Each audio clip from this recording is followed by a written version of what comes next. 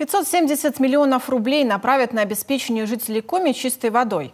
Об этом в своем видеоинтервью рассказал глава республики Владимир Уйба. В этом году под Ухтой начнется строительство станции водоочистки Пожня-Ёль. Сейчас идет подготовка аукционной документации, решается вопрос по аренде земельного участка и разрешении на строительство. Размещение закупки запланировано на конец марта. О чем еще спрашивали главу жители Коми, знает Алексей Корчма. Федеральный проект «Чистая вода» к 2024 году должен обеспечить качественной питьевой водой 91% населения России. В городах этот показатель должен достичь 99%. Цена вопроса – 245 миллиардов рублей. Часть федеральных денег получит и Коми. В прошлом году благодаря проекту «Чистая вода» был построен и введен в эксплуатацию водозабор в поселке Усадор Усинского района. На очереди станция водоочистки Пожня-Ёль, что под Ухтой.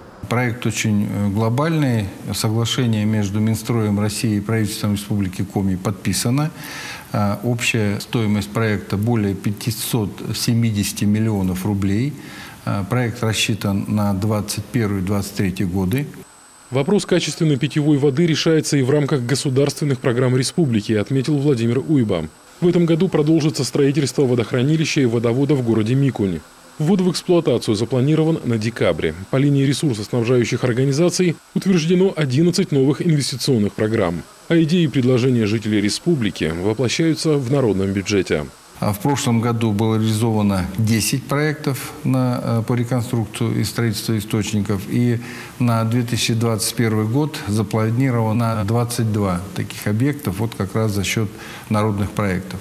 Отвечая на вопросы жителей Коми, Владимир Уйба затронул еще один важный проект – формирование комфортной городской среды. В прошлом году в городах и селах республики обустроено 215 территорий на миллиард рублей.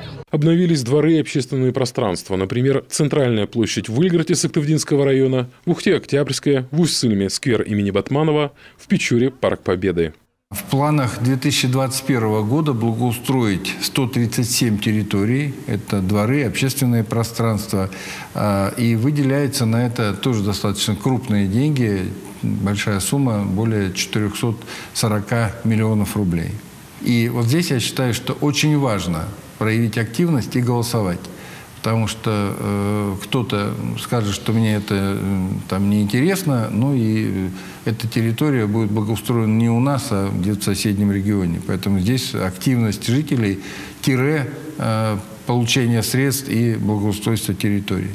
Предложения по благоустройству выносятся на общественное обсуждение и затем на голосование. В этом году жители 7 городов республики – Сыктывкара, Ухты, Воркуты, Инты, Усинска, Печоры и Сосногорска – смогут проголосовать онлайн. На единой платформе загородсреда.ру разместят информацию о проектах. Набравшие больше голосов попадут в адресный перечень территорий для благоустройства на следующий год. Сроки голосования с 26 апреля по 30 мая. Алексей Корчма, телеканал Юрган.